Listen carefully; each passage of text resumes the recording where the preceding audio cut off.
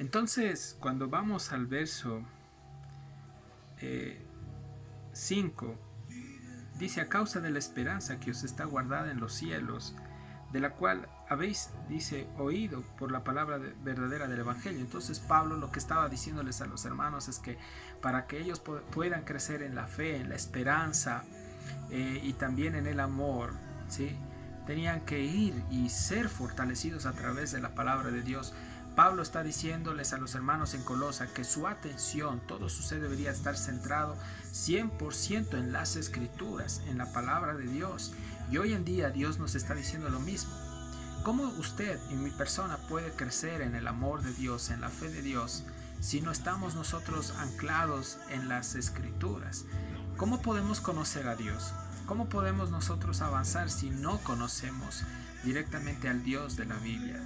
Mi recomendación es que nos metamos fuerte con la palabra, leamos las escrituras, lo busquemos de todo nuestro corazón.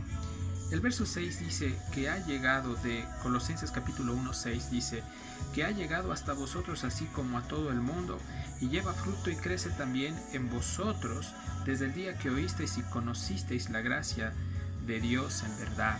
Ahora, Pablo les estaba diciendo a los hermanos que esta esperanza no solo la tenía él, sino también ellos. ¿Por qué? Porque ellos tenían también el Espíritu Santo. Y sobre todo, dice que ha llegado hasta vosotros así como a todo el mundo. Esto quiere decir que el Evangelio no solo, Pablo les estaba diciendo que era para los judíos. El Evangelio iba a trascender fronteras, iba a cruzar los límites de Israel. Y esto hoy se está cumpliendo porque la palabra de Dios está siendo predicada en el mundo entero.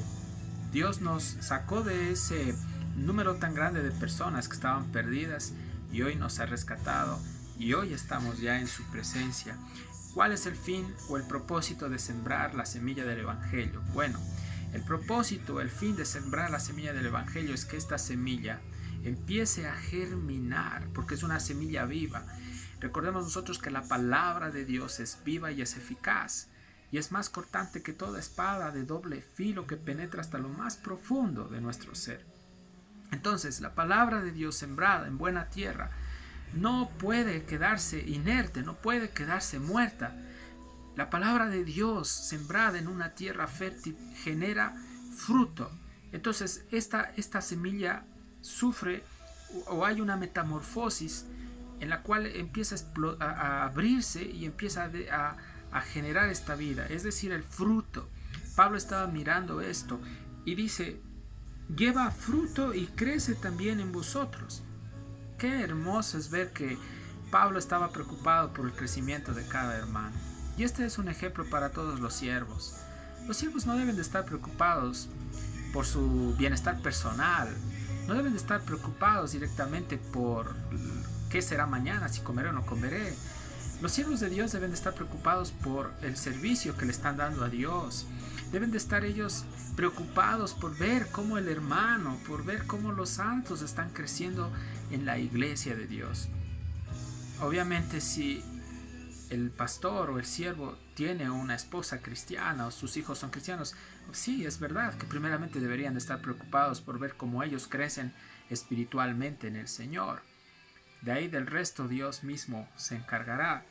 Pero dice: desde el día que oísteis y conocisteis la gracia de Dios en verdad. Dos veces enfatiza aquí Pablo. La primera en el verso 5, cuando les dice que esta esperanza y esta fe estaba creciendo en ellos por haber escuchado la palabra de verdad. Y en el verso 6 les dice: desde el día que oísteis y conocisteis la gracia de Dios en verdad. Dos cosas muy importantes. Aquí ellos escucharon la palabra, pero es muy diferente escuchar que conocer.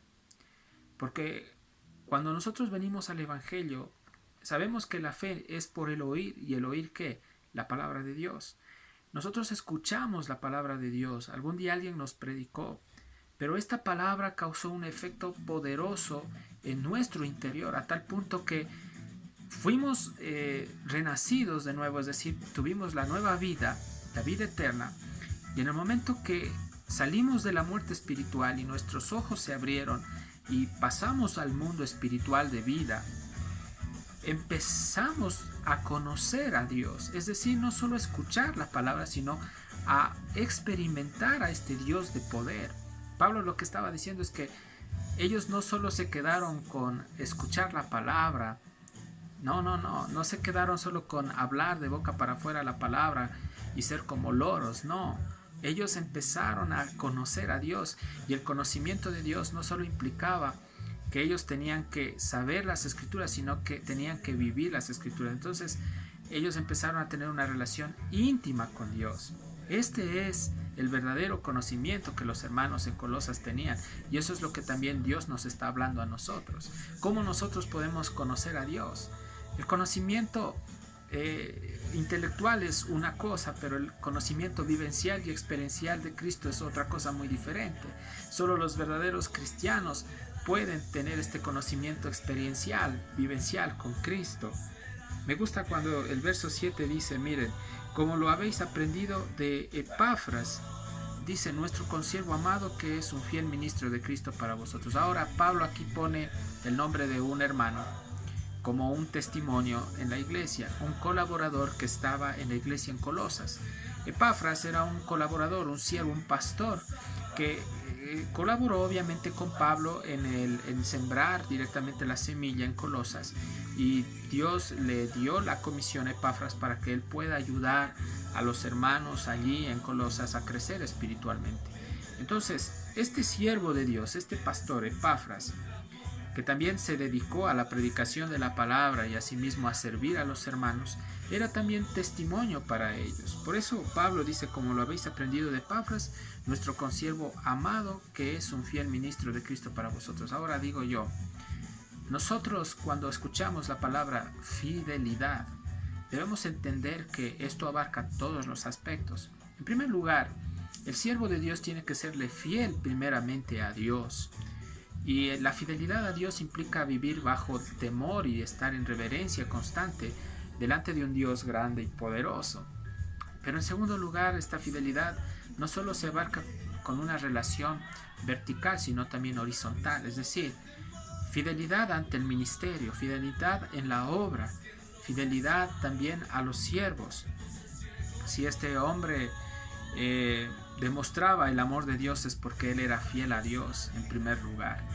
Entonces esta fidelidad también quiere decir que él era una persona que estaba viviendo en santidad, estaba totalmente buscando la presencia de Dios, estaba viviendo en obediencia a Dios. Ahora, ¿qué es lo que a nosotros nos debe importar o interesar? Lo que nos debe importar, lo que nos debe interesar es vivir en santidad, vivir en fidelidad delante de Dios. ¿Quién nos mira? ¿Quién nos conoce? Es solo Dios. Entonces nosotros debemos estar conscientes de que las 24 horas Dios nos mira, y que nuestra fidelidad no es al ser humano, de que nuestro trabajo en el Señor no es al hombre, de que nuestra obra, de que nuestro trabajo en el Evangelio es para nuestro amado Señor, y que la recompensa no viene de ningún hombre. Miren, amados hermanos, hace un tiempo atrás yo colaboré y serví en una congregación, y me siento satisfecho y agradecido a Dios por el tiempo que Dios permitió que esté en aquel lugar, donde Dios permitió que predique la palabra de Dios. Y siempre mi corazón estuvo dispuesto a servir. Nunca jamás yo me quejé, ni me cansé, ni me fatigué. Yo lo hice con todo mi ser, con todo mi corazón, para el Señor. Y sabiendo que mi recompensa no iba a venir de parte del hombre, o de la persona que en algún momento me encomendó o me encargó predicar en aquel lugar, yo estoy convencido y estoy claro de que mi recompensa viene de parte de Dios. Y eso es lo que yo quiero transmitirles, de saber que Epafrodito fue un siervo fiel a Dios en primer lugar. Pablo fue un siervo fiel a Dios. Como ayer veíamos en la epístola de los Filipenses, el ejemplo que Pablo estaba dándoles a los hermanos ahí en esa iglesia en Filipos, de su testimonio. Acá también habían hombres fieles. Epafras, era un hombre fiel también a Dios. Y esta fidelidad era notoria al resto de los hermanos. Amados hermanos, si nosotros caminamos con Dios, con fidelidad ante Dios, yo sé que el poder de la vida espiritual de un hijo de Dios es visible. Uno puede ver quién realmente camina con Dios y quién está alejado de Dios. La palabra del Señor dice que por los frutos nosotros los conoceremos a las personas.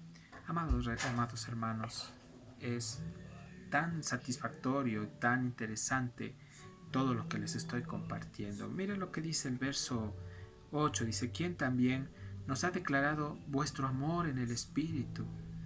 Gracias al Señor, porque Epafras habló de este misterio precioso, que bueno, ya no es misterio para los hijos de Dios. Y él predicó la palabra, y la palabra que él predicó fue la palabra de amor, sabiendo que en esencia Dios es un Dios de amor. Y en esta palabra que Epafras predicó de amor también venía la corrección para aquellos que querían desviarse de las Escrituras. El verso 9 dice: por lo cual también nosotros desde el día que lo oímos, no cesamos de orar por vosotros y de pedir que seáis llenos del conocimiento de su voluntad y de toda sabiduría e inteligencia espiritual. Claro, Pablo estaba clamando, orando no solo por este siervo, porque era un hombre que se entregó totalmente a la palabra de Dios, porque la pregunta es: ¿a quién se refiere aquí desde el día que lo oímos? Aquí se está refiriendo, Pablo se está refiriendo directamente a la palabra de Dios, a Dios mismo, quien nos estaba instruyendo por medio de las Escrituras, pero también se refería a la predicación de Epafras, por lo cual también nosotros desde el día que lo oímos, dice, no cesamos de orar por vosotros y de pedir que seáis llenos del conocimiento de su voluntad en toda sabiduría e inteligencia espiritual. Esta es la oración del siervo, del pastor para su iglesia, que su iglesia sea llena del conocimiento y de la sabiduría y de la inteligencia espiritual. Amados hermanos, me gozo en esta tarde, aunque ahorita estaban por aquí alguien queriendo interrumpir, pero no, perdón hermanos, aquí estamos nosotros con ustedes y bueno, eso es importante. Acá están haciendo un trabajo, acá afuera arreglando unos postes, pero mis amados hermanos, sabemos que Dios es grande y estamos pues conectados en Él. Y bueno, dice la palabra del Señor para que andéis como es digno del Señor, agradándole en todo, llevando fruto en toda buena obra y creciendo en el conocimiento de Dios. Qué importante es conocer a Dios, amados hermanos. Qué importante es que las personas miren que nuestro conocimiento no solo es conocimiento directamente, no solo es conocimiento directamente intelectual, sino un conocimiento práctico y vivencial. De mi parte quiero enviarles a todos muchos saludos. Espero que a través de esta palabra cada uno de ustedes sean edificados. Les envío muchos saludos y de mi parte les mando un fuerte abrazo para todos y espero en otra próxima oportunidad poder volver, mis amados hermanos, a compartir una perlita. Que Dios me los bendiga, que tengan una linda tarde. Bendiciones de lo alto.